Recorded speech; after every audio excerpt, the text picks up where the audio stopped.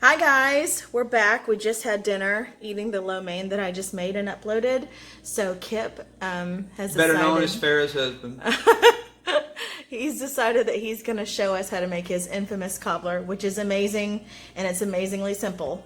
So let's just go ahead and get started. All right. Show us what to do, buddy. This recipe was passed to me from my mother. I think it was my grandmother's.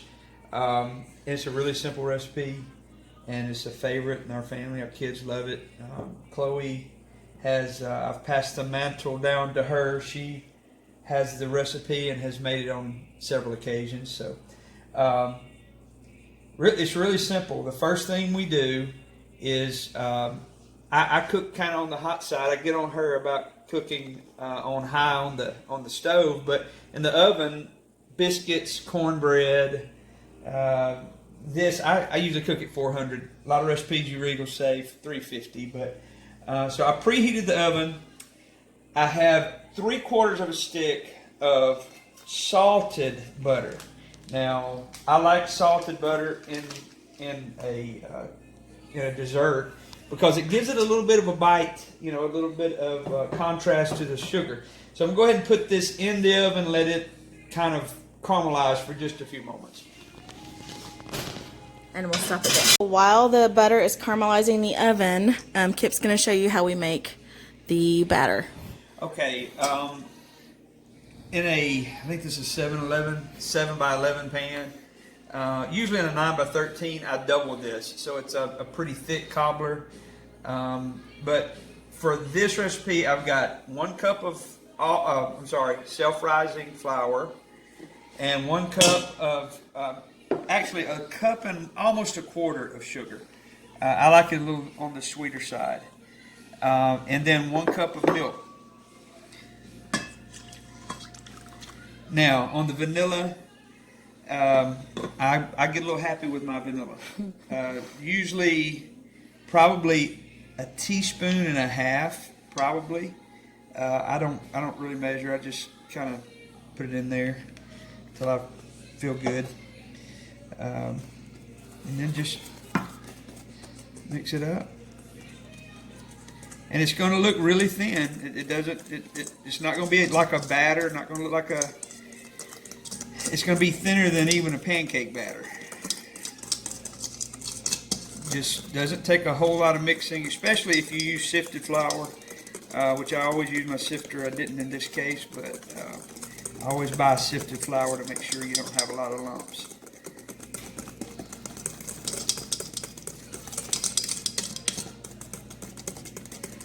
Alright, and as soon as our pan is heated and the butter is melted and just a little bit brown, then we'll be ready to move on.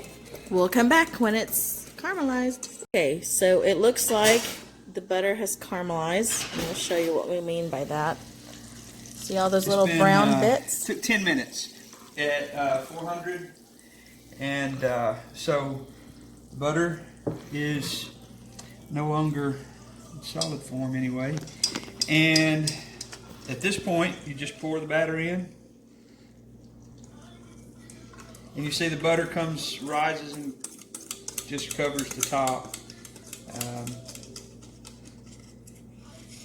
not completely, but it kind of helps to create the crust. Some people come back and sprinkle sugar over the top, which I added about 1/4 cup of sugar to my recipe, so I guess you could come back later and sprinkle that 1/4 cup over it. But we usually get Del Monte diced or I like peach diced. chunks, or what Yeah. I think Chunks, it's called yeah. peach chunks in heavy syrup. Don't get it in the juice. Never get the juice. Get the syrup. We ain't trying to be low fat here. This is dessert. And then really simply just take the lid off and Just kind of spread them around. just kind of spread them out. And you're not going to hurt a thing to stir them in and kind of distribute them the way you want them. You're not going to hurt anything. Make sure they're all, nobody wants to see a peach sticking up out of the middle of their cobbler.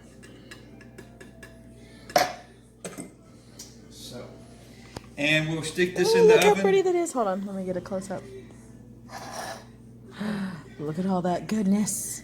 Okay. Probably about 20 minutes. I just usually watch it. So we'll be back shortly.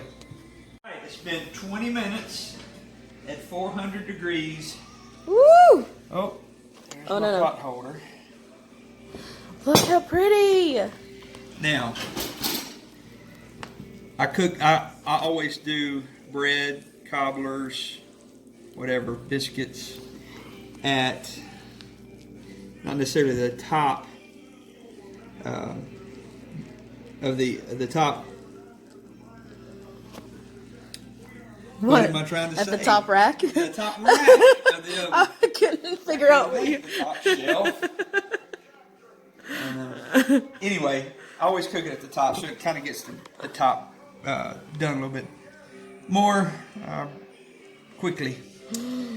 It's more better for you. And if we had some bluebell right now, it would be even better. I'm trying to show you the But sides we've of got, Oh, look how pretty. I don't know. We don't have no bluebell. Are we scared of the corona or are we scared of people licking the bluebell? I don't know. So, that's the cobbler. It's simple. Dish it out so they can A see. simple recipe, and it has to be for a simple dude like me. It's so crazy. I would look up every... This really needs to rest. It would be better. Okay. Well, we can wait and let it rest. Okay. We're going to wait. We'll come back. Okay, it has rested, so now we're going to dig in. I have tried multiple peach cobbler recipes, thinking that the more ingredients, the better it would be. Totally breezing past these simple recipes. And this is the best cobbler you'll ever have. We like it a little goopy. Yes. In the middle. We just had some bluebell.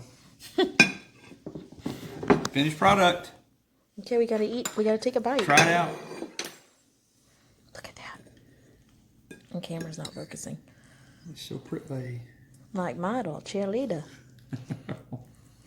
I like to squish up my... How is it? Pretty good if I do say so myself. Okay. My turn. One of Ooh, these look at days that I'm going to thing. teach her how to eat with a fork.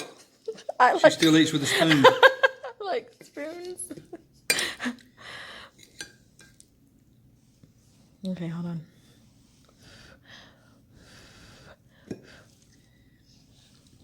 Oh my goodness.